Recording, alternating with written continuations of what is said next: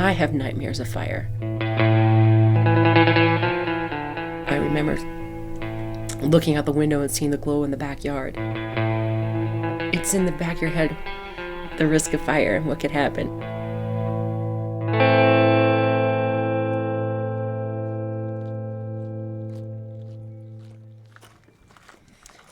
So here we are. And you look out and you don't just see black and dead anymore. And that helps. Now we see some green grass. Yeah. This is a hole. This is where our house used to be. Our driveway was right here. You know, when they say after a fire, look out for the nails, I was like, what are they talking about? You know, everything burned. Oh my goodness, how nails don't burn. I mean, it was just wall-to-wall nails. You just buckets full. Julie Knopf and her husband, Paul, lost their home to a wildfire in 2020, a year of historic blazes that ripped through the mountains and communities of Colorado, making us rethink what we thought we knew about fire. We're at almost 10,000 feet in the mountains of Colorado. A half-built garage resides partway down Julie's gravel driveway. We shuffle inside her 38-foot camper. Can we sit here? Where would you like us to sit? Yeah. This is my dog couch. It's been shook out, and I apologize for all the hair, but anywhere, you guys. Hey, come here. Not a lot of space when you have pets. Yeah. She shares the space with her husband, their dog Jasper, and cat Ketchum. It was supposed to be a temporary solution. First, you never think you're going to lose your house. Then you never thought you'd be homeless for so long. I mean, in terms of not having a house with a garage and a front door, you know. Inside the camper, artwork, twinkly lights, and memorabilia from Julie's outdoor adventures adorn the wood-paneled walls. I've been living here in Grand County for 35 years. I am a diehard local in terms of our outdoor activities, and you do whatever it takes to keep on going in terms of work. So I've bartended almost all over, but I'm also a nurse. I've been a nurse since 1989, and I spent 17 years commuting to Denver from here. It's easy to understand why someone would want to live up here. The views in any direction are of rolling mountains and valleys, connecting with a sky full of breathtaking sunrises and starry nights. When Julie was 5 or 6, she remembers visiting this part of Colorado with her family. And I just remember how beautiful it was. I wanted to sit on the steps outside and stare at the stars while I ate my dinner. You know, we learned to ski here. I just always figured I'd come back. And my dad said I can't go until I graduate from college. So I graduated and became a ski bum. But I was always a nurse, and I was always a bartender, and I probably worked 80 hours a week and skied as much as I could, and never left.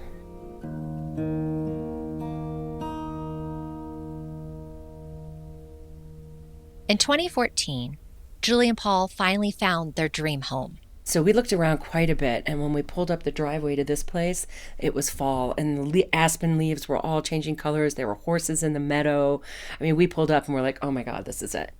The property they picked is part of Shadow Mountain Ranch, a community of a few dozen large private lots outside of Granby.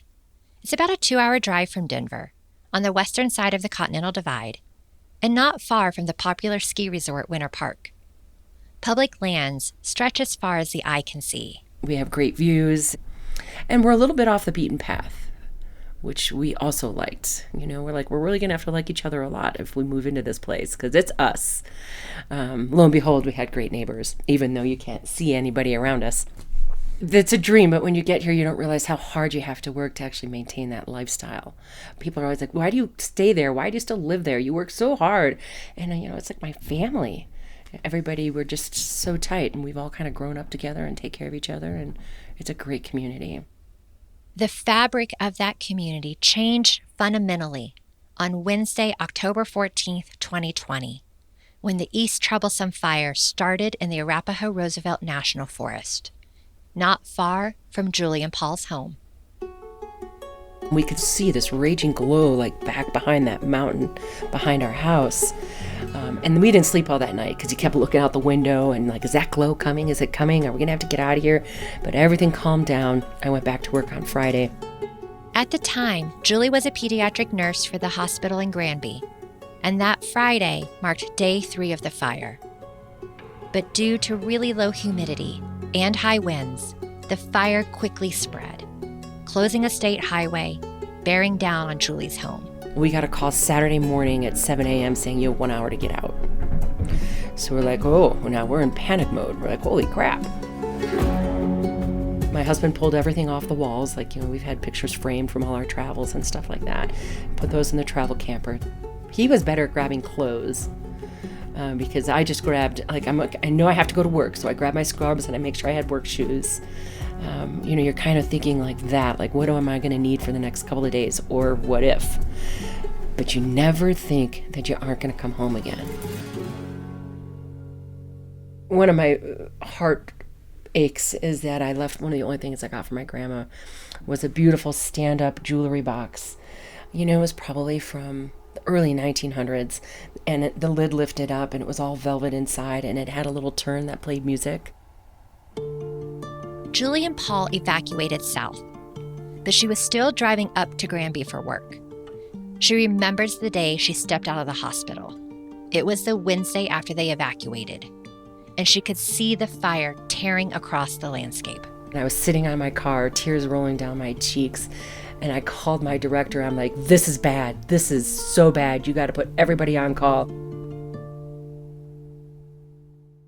The East Troublesome fire ultimately claimed 2 lives and destroyed 366 homes and many more buildings. Julie knew within a couple of days that her home was gone. When she returned to her property about a week later, she saw it with her own eyes. We got to the house and it was just breathtaking. Got out of the car and walked up there. And the only thing you could do is just drop to your knees and be like, I can't believe it. It's all gone. And the only thing that was left was a part of the basement foundation and our chimney stack. And that was it. It was so hot that it melted the steel. There was nothing left.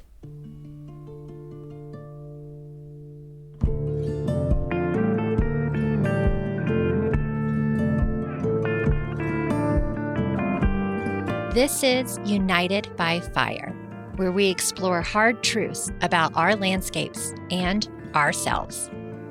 My name is Kristen Eulenbrock. From the Institute for Science and Policy, welcome to Season 4 of Laws of Notion.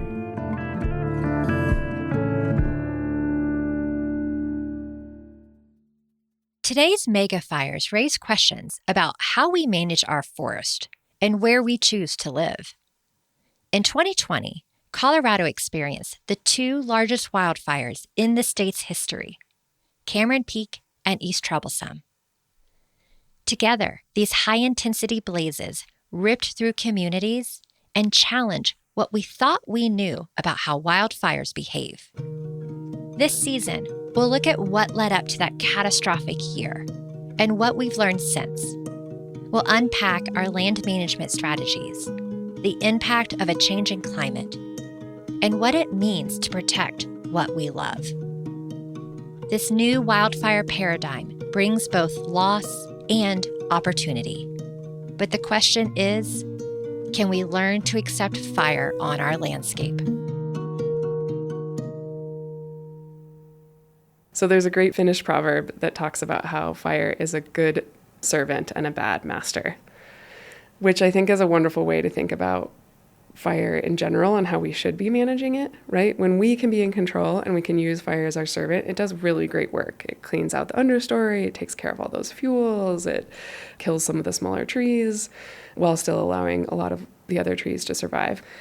But when it is the master, when we can't be in control, it's terrible, right? It's when we see all of these homes burn, it's when we see these landscapes really become transformed.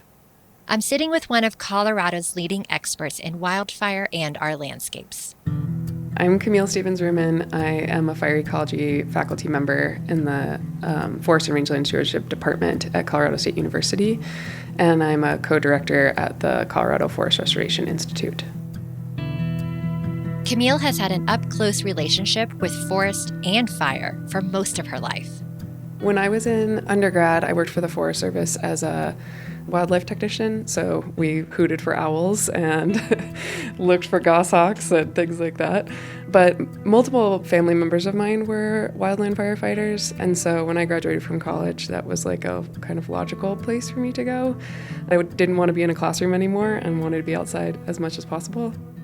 In the early 2000s, she spent several years working on a hotshot crew, a specialized team of highly trained wildland firefighters, battling fires in nearly every Western state. It's one thing to go visit Yellowstone as like a tourist. It's a totally different experience to go visit Yellowstone on a wildfire. You're seeing this place experience like drastic change in the matter of minutes sometimes.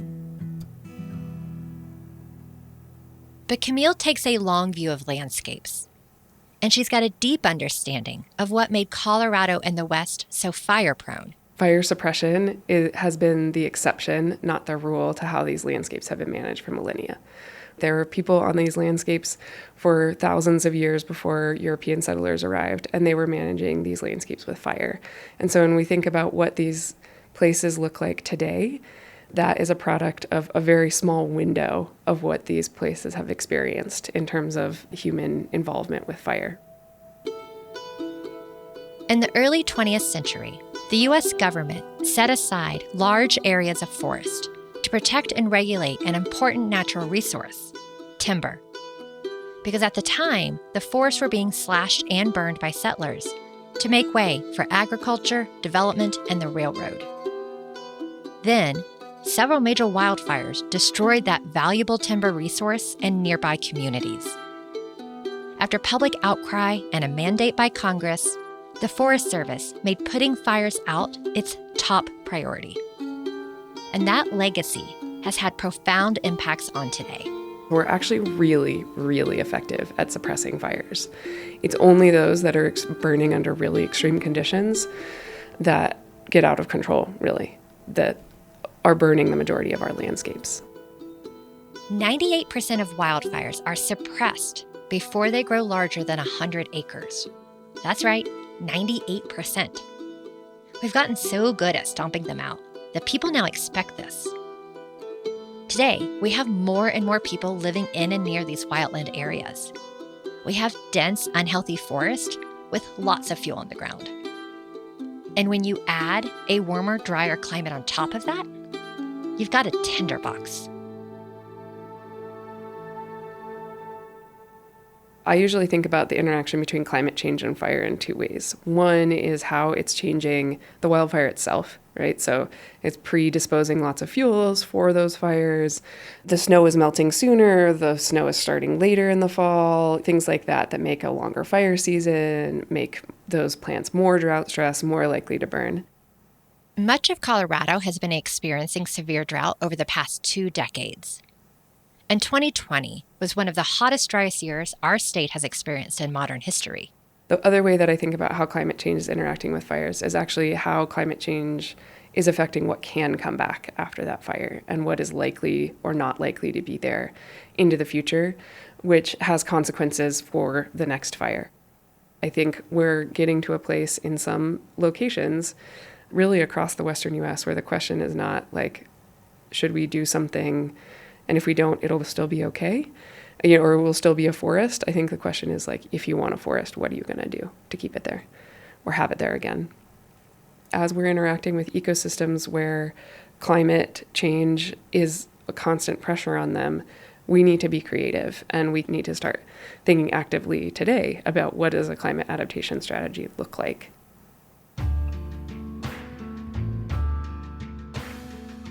If you could live anywhere, where would that be? Colorado has been my home for 6 years now, and I can easily remember what my decision-making process was to move here. I had a job opportunity, plus connections to the state, and a few other things on a spreadsheet. But my main motivating factor was the outdoor lifestyle. I wanted more opportunities for skiing off a snowy mountain, hiking in a spruce forest, or scaling a steep rock face. Where we choose to put down our roots, to make a home, a life, is influenced by our values and necessities. Yet how often when we choose to live somewhere, do we consider risk outside of our control? Like fire.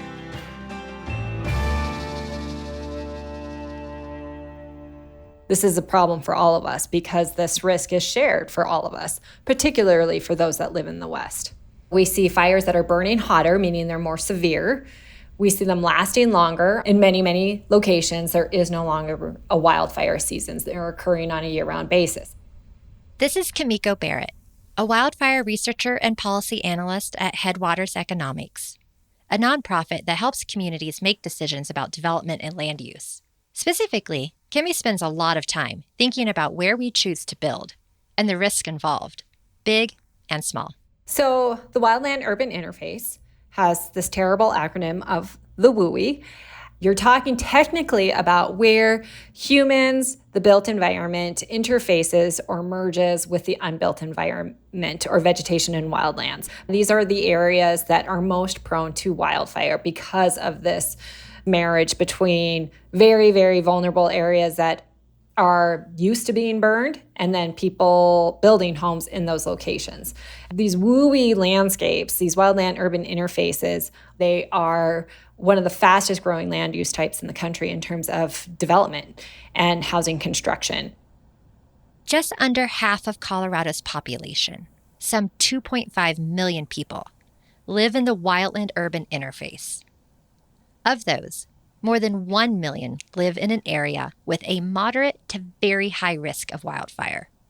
This is a problem not only in Colorado, but for all of us, from Hawaii to the East Coast. So since 1999, the number of homes and buildings destroyed by wildfires have increased by 250%, with some particularly acute devastating events, as we saw with Paradise, as we saw with the Marshall Fire, as we saw with the Lahaina Fire. These are big, devastating, and damaging events. People move to the WUI for lots of reasons. Some want to be closer to nature. Some may find more affordable land and housing. And as populations grow, suburban developments often edge closer to these high-risk landscapes. They are beautiful places to live. They are adjacent to rangelands, grasslands, forests, opportunities to run, hike, recreate, and explore. So they have an appeal from an aesthetic and recreational perspective, and you can buy a lot of land if you are in that economic position. You also have a large portion of land ownership that have been grandfathered into those areas, where they are a fifth-time generational homeowner or they inherited that land. They may not be in the economic position to move locations. It's not so simple as saying, you live in a high-risk area, you need to move. Kimmy is very careful not to dish out blame. She's more interested in how systems are structured and how people make choices. We are placing homes in very high-risk locations. A wildfire burning in a forest where there are no homes is not much of a concern. It's not something you read about in the media. They occur all the time, and you don't hear about it. It's really only when homes and communities are impacted or placed in harm's way that they get the attention. That is how we define a wildfire disaster. Before that, it's just a hazard.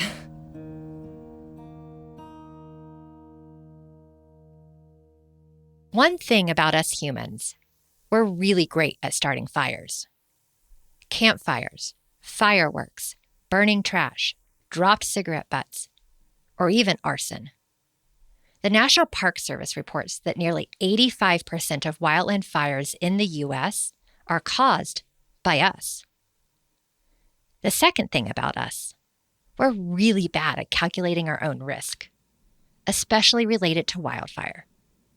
And we might not recognize the risk we put on others. You can theoretically put a firefighter or a group of firefighters in front of your home and have it protected from a fire.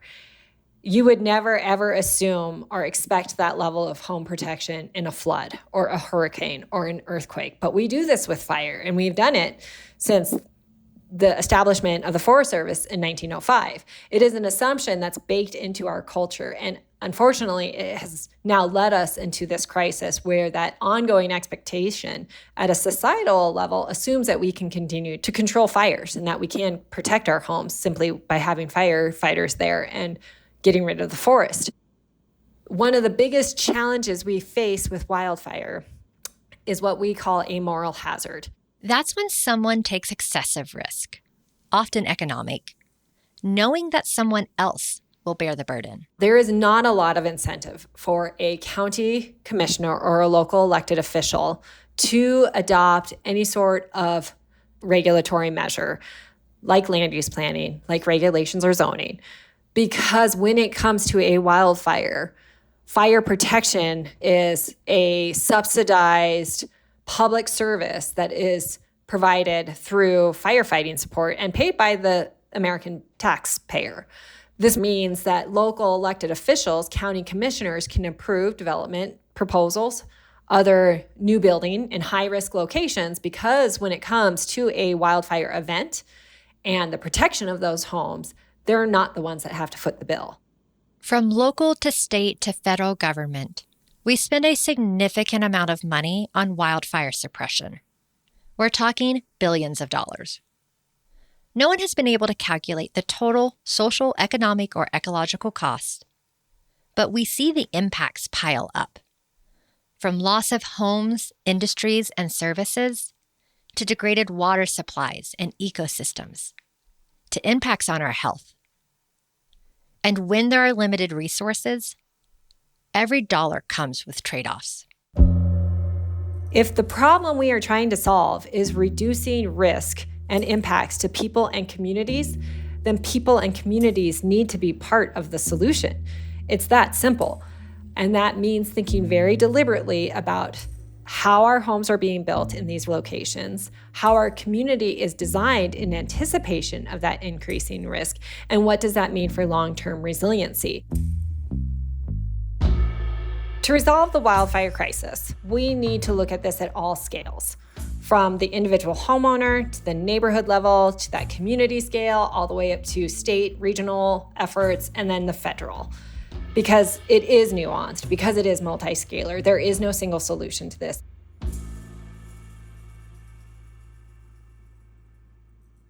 With wildfires occurring at an unprecedented scale and with so much at risk, we have some tough decisions ahead. There's no future without fire, but on whose terms will it burn? We cannot contain, extinguish, and suppress every wildfire. That is simply not a reality.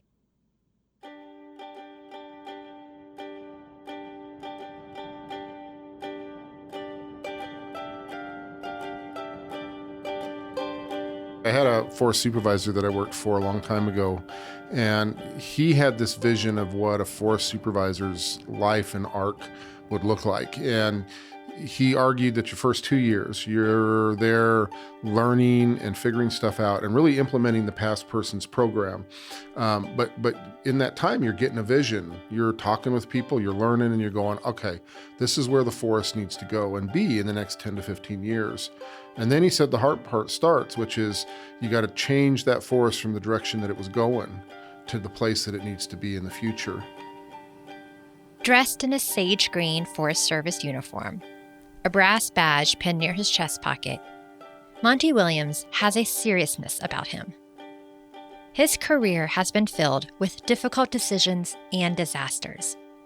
Like in 2020, when he was a supervisor for the Arapahoe and Roosevelt National Forest and Pawnee National Grassland in North and Central Colorado. It's an area that spans 1.5 million acres, bigger than the state of Delaware.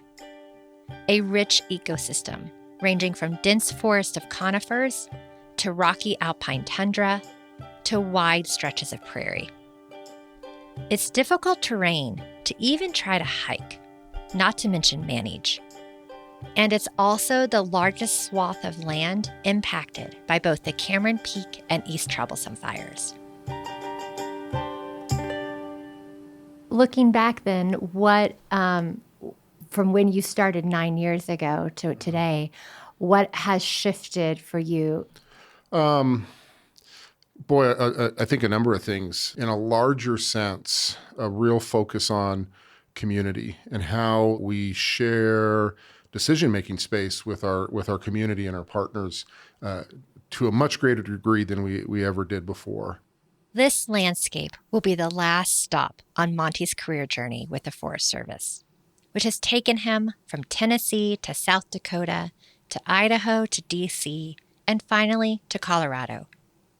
He remembers doing seasonal work for the agency when in college. And I can still close my eyes as I'm doing now, and I can see the scene when I stood up and I said to myself, what am I doing? This is what I love. I love people in the Forest Service. I love the sense of mission. I love the sense of every day I've done something that is of value, that's bigger than me. Whether it's mining and minerals and things, or whether it's timber for making homes or such, or it's recreation, it's a whole swath of opportunities that come off the forest. Our mission is trying to make sure that that's sustainable into the future. So what does it mean to manage natural resources for the future, especially when the fires are bigger than they've ever been? I've come to learn the way humans control forests to meet the needs and values of society is part art and part science. And there's a word for it: silviculture. When I went to school, I had found a book, a silviculture book, that was printed in like the 1920s or 30s.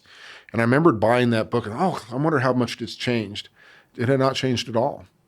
Monty says we've been doing random acts of restoration, taking a scattershot approach to how we spend money and where we select projects. We were trying to treat as many acres as we could, and we were looking for the places that were the cheapest and the easiest, but they weren't adding up to a change in fire behavior. Now we're talking about how are we managing fire? The size of this thing is so big, you're really thinking in a different scale in different ways. The realities of what this landscape's going to look like in 50 years, especially with changes in climate, there are, I think, stark choices in front of people. I'm pretty sure that it's not going to look the same.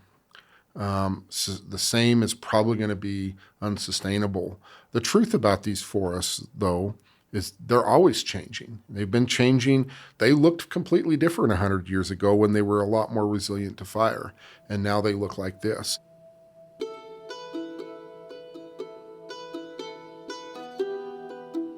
The West resembles a patchwork quilt. Public lands interspersed with private lands, layered with conservation districts, watersheds, and different ecosystems and landscapes. Rural communities of maybe 90 people, up to larger suburban and urban areas, like the Front Range of Colorado. That's a lot of competing interests, jurisdictions, and expectations pushing against one another, meaning conflicting opinions when it comes to fighting fires. I've been in different parts of the country where folks feel like the lack of attention to a 10 a.m. rule is the reason why these things are getting away from us. It's generally an uninformed opinion. The 10 a.m. rule came from the mid-1930s as part of the no-burn era. The Forest Service policy at the time was to control fires as soon as they started, preferably by 10 a.m. the next morning.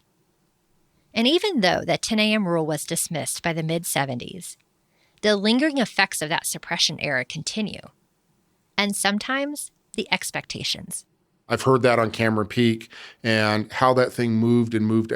There was no 10 a.m. ability there. Once that thing was established across the road and with flame lengths of 50 or 60 feet, I'm not sure who was going to stand in front of that and wave it down and say, stop, fire, stop. It wasn't stopping. It was torching across the road and was going to burn. And so it depends upon your focus of how do we create outcomes we want. And I think a lot of people agree that we don't want houses to burn down. We don't want watersheds to be destroyed. There are groups of people out there that still think it's a suppression-driven solution, that if we get more bombers, we hire more firefighters, if we do more sales and just get rid of more trees, that will solve the problem. Monty says we need to get at the heart of what's happening and why fire behaves in certain ways. We must update our knowledge. We must change. That's our best shot at doing something. Because once the fire is burning, it's all reactionary and it's all luck.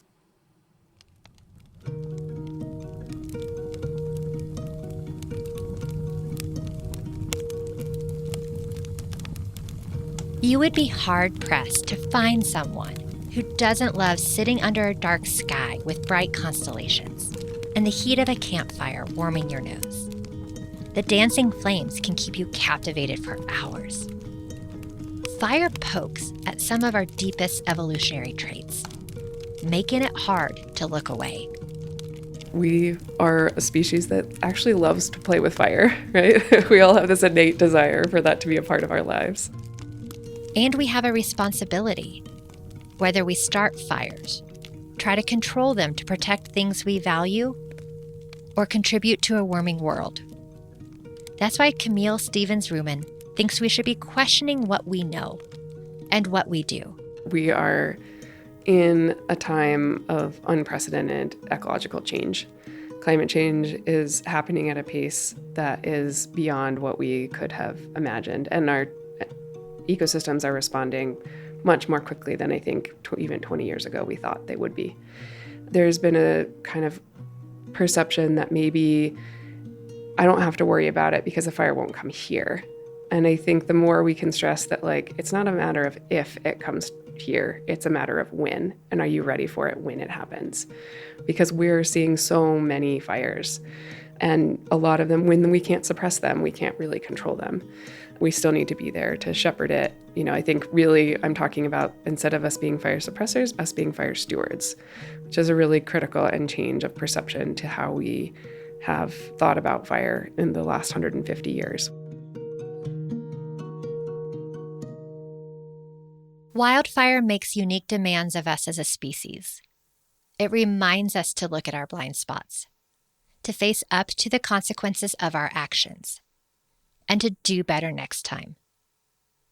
It pushes us to be grateful for the places we depend on, and humbles us to realize that we might not have as much control as we thought.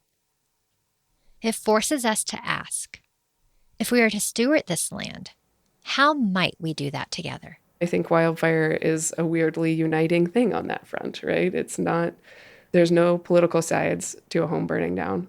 There's no political sides to losing hundreds of thousands of trees. So the more we can glam onto that thing that is not, politically divided in our politically divided world right now, I think the more hopefully we can get done.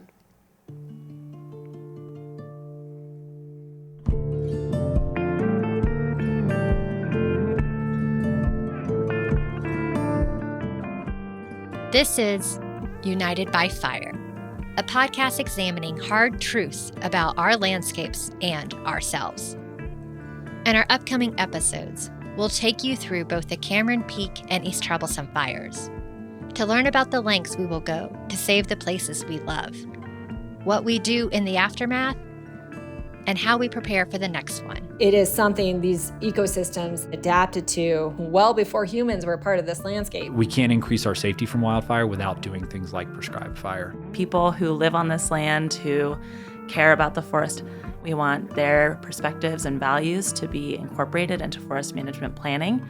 This is a community-wide effort. I knew that if this house was going to survive, it would be with whatever efforts I put in. It's not something that you can put a Band-Aid on. We need a holistic, comprehensive policy framework for the entire wildfire problem. If this is a consequence of accumulation of human choices, then all of us have the ability to maybe change those choices. Laws of Notion is a production of the Institute for Science and Policy at the Denver Museum of Nature and Science. To learn more, visit lawsofnotion.org. I'm your host, Kristen Eulenbrock. This episode was produced by me, Carson Frame, and Trisha Waddell, with support from Nicole Delaney and fact-checking by Kate Long. Sound design by Seth Samuel. Original music by Ryan Flores. For a full list of credits, check out the show notes.